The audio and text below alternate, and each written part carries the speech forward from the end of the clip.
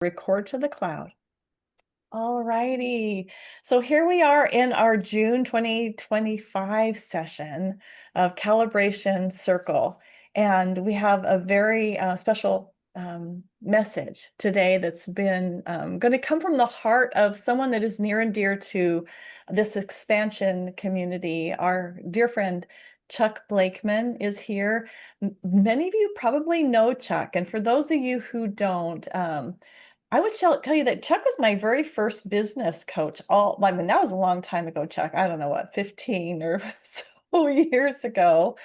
And I found Chuck through a colleague who shared his book, Making Money is Killing Your Business, which to this day is the best business book I've ever read. So if you have not yet gotten your copy of Making Money is Killing Your Business, and I see some heads nodding, I say start on Audible, and then you're going to want to get the paper copy and mark it up. I don't know how many times I've listened to that over the years. It's a really, really great read. Now, Chuck is a best-selling author who has many books, and I couldn't tell you as much about the others. I have read several others, but I just love that book. So I want to be sure and highlight that. Making Money is Killing Your Business is such a great read, especially for us as speakers and consultants.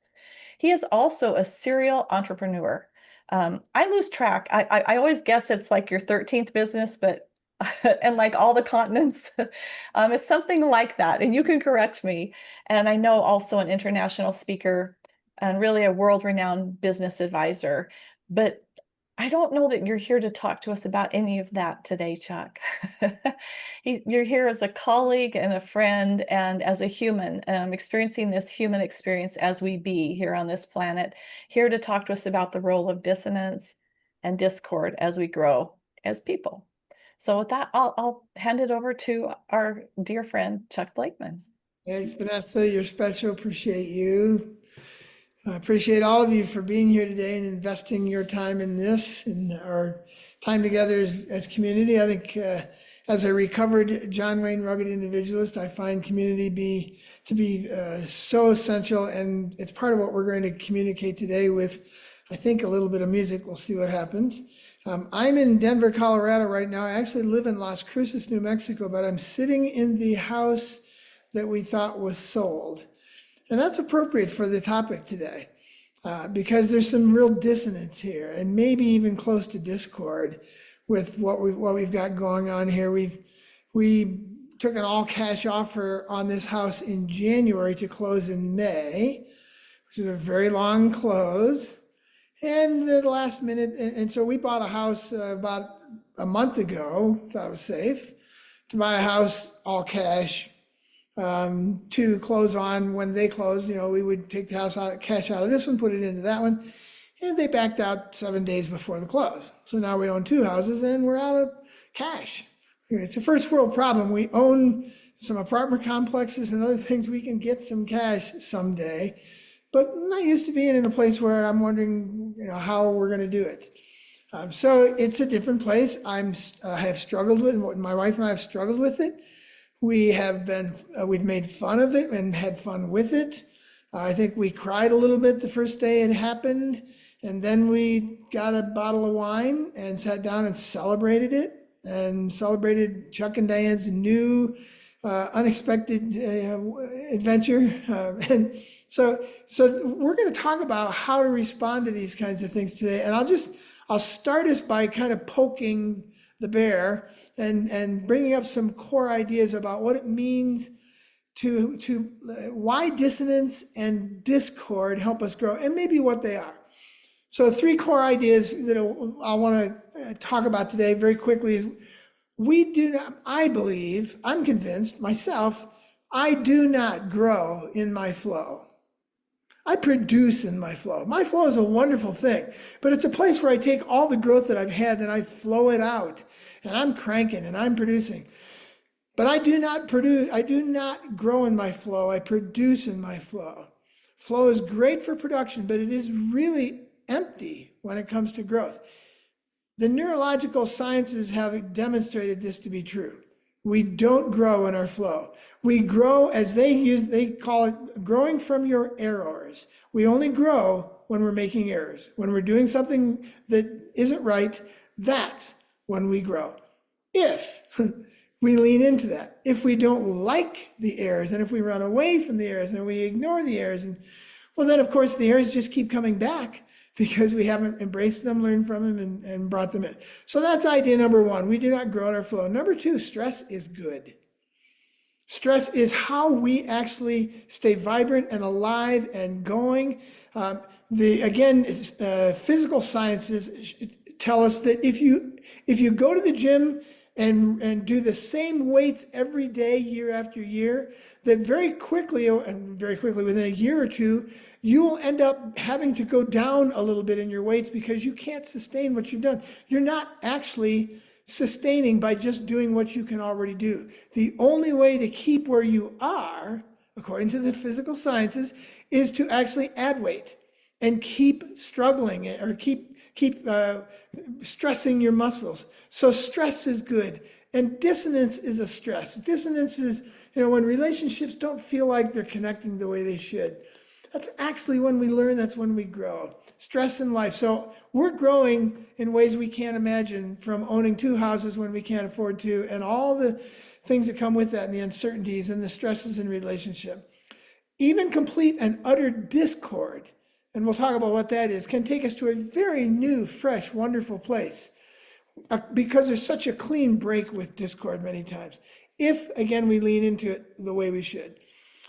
The third idea here is idea number one: we don't grow in our flow. Idea number two: stress is good. Too much of it, bad. Idea number three: you are not free from your circumstances. But you are free within them. Or as I've said to myself and to many others, I am made for the struggle, but I am not made to struggle. I go to the gym because I am made for that struggle, and it hurts, and I lean into it, and I embrace it, and I'm made for it. But I don't think of it as struggle. It's not to struggle. Oh, this is so hard, and I don't want to do this, and we'll all be killed. Well, I do that sometimes too. But you get the idea. We are free within our circumstances to basically respond to them. And I've said this to myself and many others over the years. Circumstances don't make me who I am. How I respond to them does. And I'm finding some very unhealthy ways in which I'm responding to this 2-house situation. I have to deal with that. That's why it's one of the reasons I'm having this situation come up, is to lean into and embrace those things. So many circumstances in life we don't actively pursue because they have dissonance and discord. They may be unfamiliar or awkward or uncomfortable or confusing. Maybe they're tied to old wounds, or painful all by themselves, or even viewed as life-threatening. So we just don't lean into some circumstances. I love what Viktor Frankl said. It's about how circumstances don't make us who we are, how we respond does. He said, everything can be taken from a person but one thing, the last of the human freedoms, to choose one's attitude in any given set of circumstances. So we're going to lean into that idea today. And I'm going to say very clearly for myself, I do not believe the universe exists to do my beck and call. It is not my genie for me to rub the lamp and say, life will be great because I've aligned myself with the genie.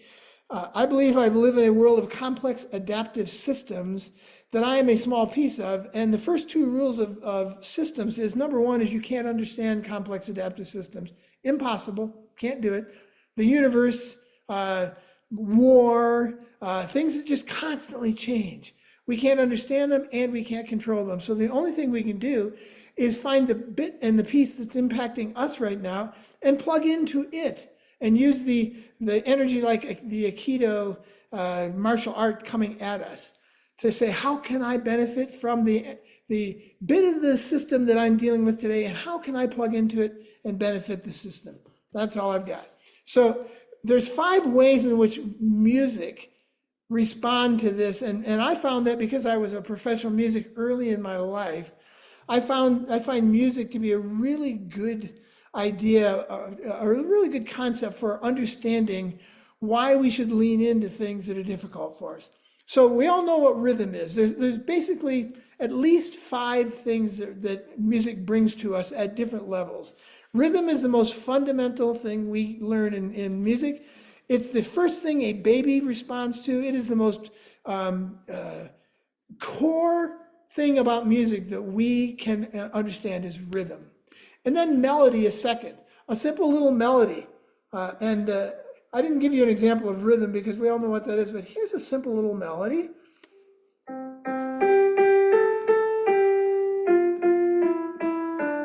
I don't know if you're hearing that. Yes. Okay, so that's a melody. I see melody as an expression of myself. It's the most accessible. It's the easiest for us to understand. I can live with my own foibles and my own understanding of me. And I like melody. Melody is kind of something, a good, powerful melody can stand by itself a lot of times. And it doesn't need anything else. However, that doesn't mean it shouldn't be involved with other things. So here's something on rhythm. Rhythm is just usually fun.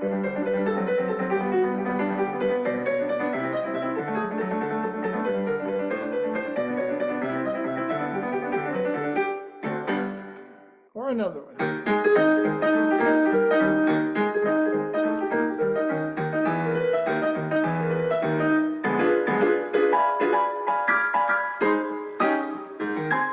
So we like rhythm, we like melody. They're very accessible things.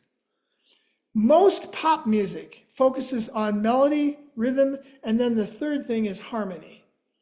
Melody, rhythm, and harmony are very accessible for us. Here's a little bit of melody, and here's melody by itself, but I'm going to suggest that melody for this analogy represents me as an individual, and harmony in this analogy represents us living in community with the rest of the people around us. Melody is powerful and can be powerful all by itself, but boy, why would we give up on the community, the harmony that comes with it? So here's a simple melody by itself, and then we're going to show how when we add harmony, when we get other people involved in my life, and they start speaking to my melody becomes so much richer.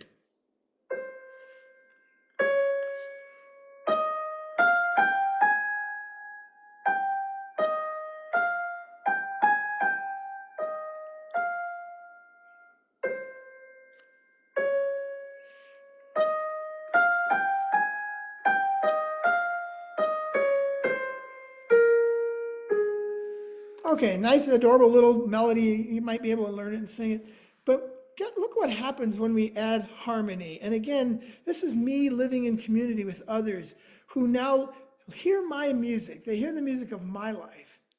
And they begin to speak to it and join me in it.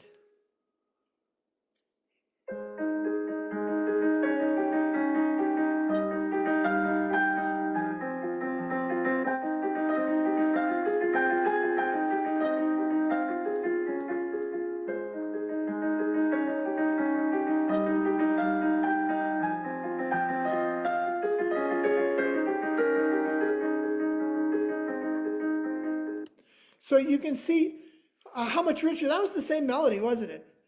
But didn't that impact you more? It did me. It does me. When we live as rugged individualists, we lose out on so much. We can do it. You can have your melody and just be and sing your own song.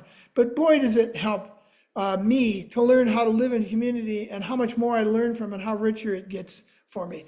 So those are the three we run toward. None of us ever have any trouble with rhythm, melody, and harmony.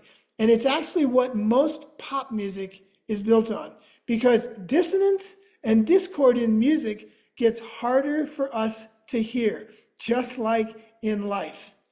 When I hear dissonance on a piano, it can make me get tense a little bit. When I hear discord, it really hurts. So dissonance is like two notes right beside each other. You hit them both at the same time, and they just don't feel like they go together. Let's see if we can hear some of that.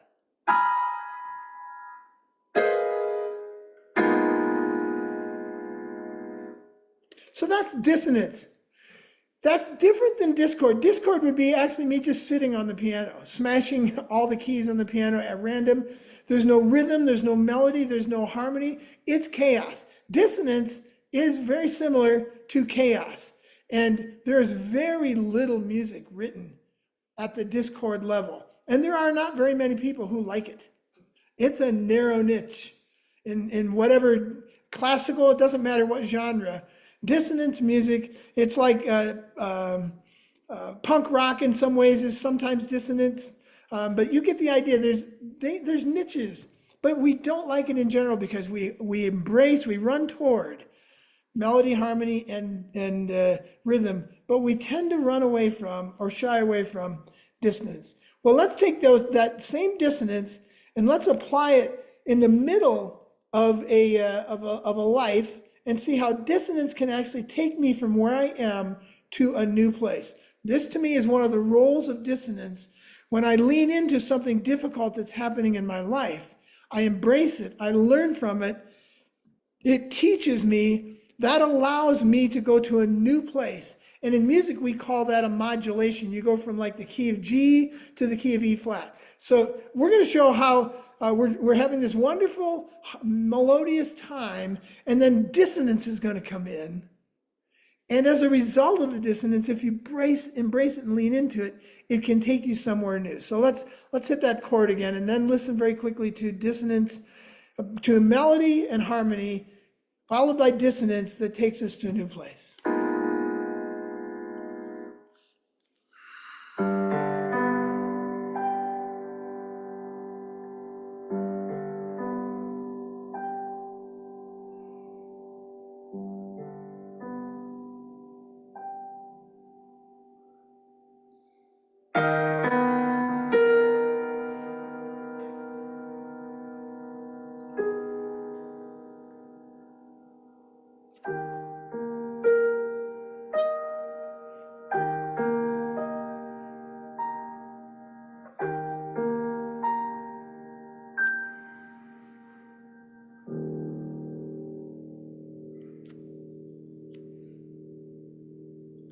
Now, if you're not a musician, you may not have picked up that we started in what's called one key and went to another key.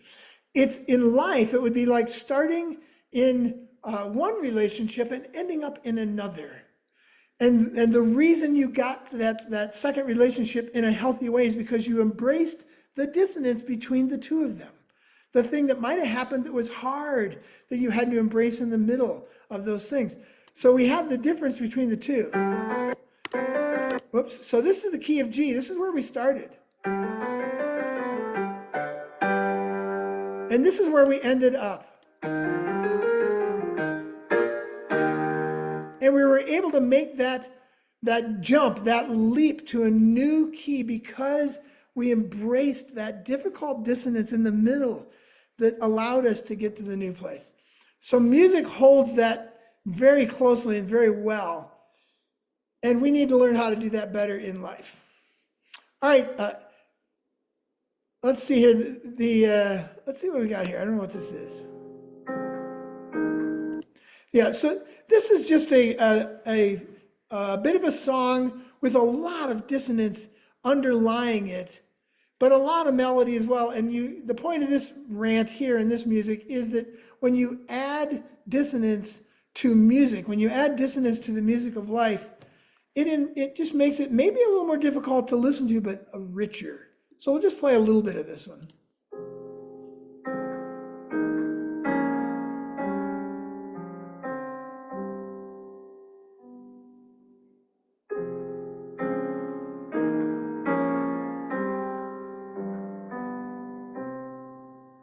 Let me skip ahead.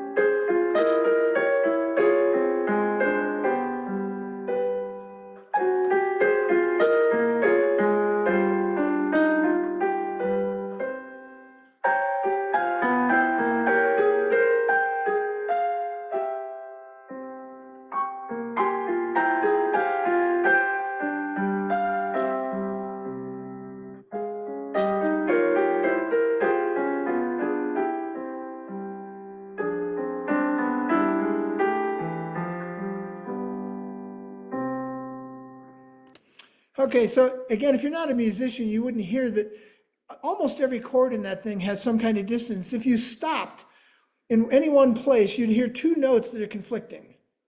It's like, I don't belong with you and you don't belong with me. But when we put it all together with harmony and melody and rhythm, we let the dissonance in, it becomes a magical part of who we are, and it helps us get to a new place. And I don't have an example of discord because I think we all know what that is. But discord is, again, just smacking the piano with, it's a cat or a dog walking across the keys. It makes no sense to us. Have you ever had a situation in life that made no sense to you? Just chaos. It's utter discord. I do not know why this is in my life right now. This situation I'm in right now is not quite discord, but it is really heavy dissonance for me and for my wife. And there are bits and pieces of it that feel very discordant. And we get in a little bit of a panic because we give into the discord and we rebel against it instead of, wait a minute, why am I feeling that? What am I needing to learn? This is a first world problem. I'm not going to die. No one is going to die because and you begin to learn how to deal with it. So rhythm, melody, harmony, dissonance, discord, all of them are valuable in life. And admittedly, discord and dissonance are harder for us to lean into. But without them, life is really boring. And without it, it just, we don't get where we want to go. So it feels uncomfortable and unwanted in the moment. But if we lean into it, the uncomfortable helps us appreciate the ease and the flow that when we get to the next key in our lives, the next page in our lives. All right, so that's enough of me. I would love to open it up as we close this idea around dissonance and discord, that these are things we would naturally lean away from. And I'm inviting you for the rest of your life and for the rest of my life, anytime two notes that don't belong together feel uncomfortable to me in my life, my first response needs to be fascinating. What does that mean? How am I supposed to learn from that? That's when I grow. I don't grow in my flow. Thank you. Ah, yay. You can unmute to give Chuck a round of applause. That's awesome, awesome, awesome. I'm gonna hit pause on our recording here.